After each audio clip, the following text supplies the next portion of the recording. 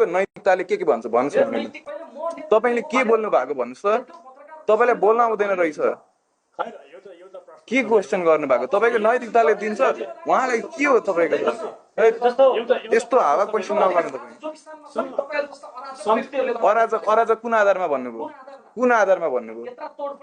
यत्र तोडफोडको लागि छानबिन आयोग गठन भएको छैन? उनले मलाई चाहिँ म अक्युज हो भनेर भन्यो, किन होला हो भनिदिनु त कसरी? तपाईँ नगराउनु संसारमा तपाईले जुन कार्य गर्नुभयो नि देशमा उद्योग मचाउनु भयो नि, तोडफोड आगजनी गर्नुभयो नि, यो सम्पूर्ण जिम्मेवारी नेतृत्व भन्नेले लिनुपर्छ। तुरुन्त प्रहरीले तपाईहरुलाई हत्कडी लाउनुपर्छ। त्यो तपाईँ के लयर हो? तपाईँ लयर हो? कसरी जिम्मेवार? तपाईँको क्वेसन नै यो इरेस्पोन्सिबल क्वेसन छ, कसरी रेस्पोन्सिबल भयो? जिम्मेवारको लागि छानबिन आयोग गठन भएको छ कि छैन?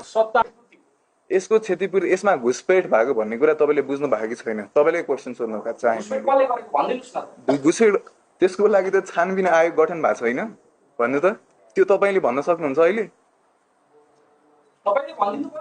कस्तो भनिदिनु? छानबिन आयोग गठन, छानबिन मैले नेतृत्व गर्ने कि मैले छानबिन गर्ने? मैले छानबिन गर्ने कि मैले नेतृत्व गर्ने? मलाई त्यति भनिदिनुहोस्।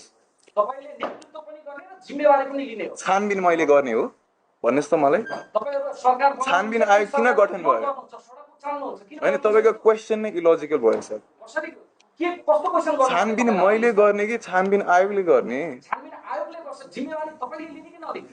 उसले इन्भेस्टिगेसन गरेर रिजल्ट निकालेपछि मैले जिम्मेवारी लिने कि?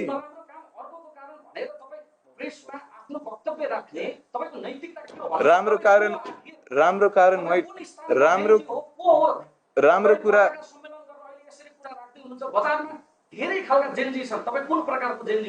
तपाईँ मलाई कुन प्रकारका जेन्जी छन् भन्नुहोस्। के होला दुई चारवटा प्रकार भनिदिनुहोस् मलाई।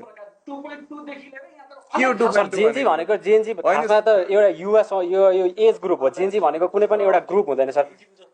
अनि अब मेरो प्रश्न कि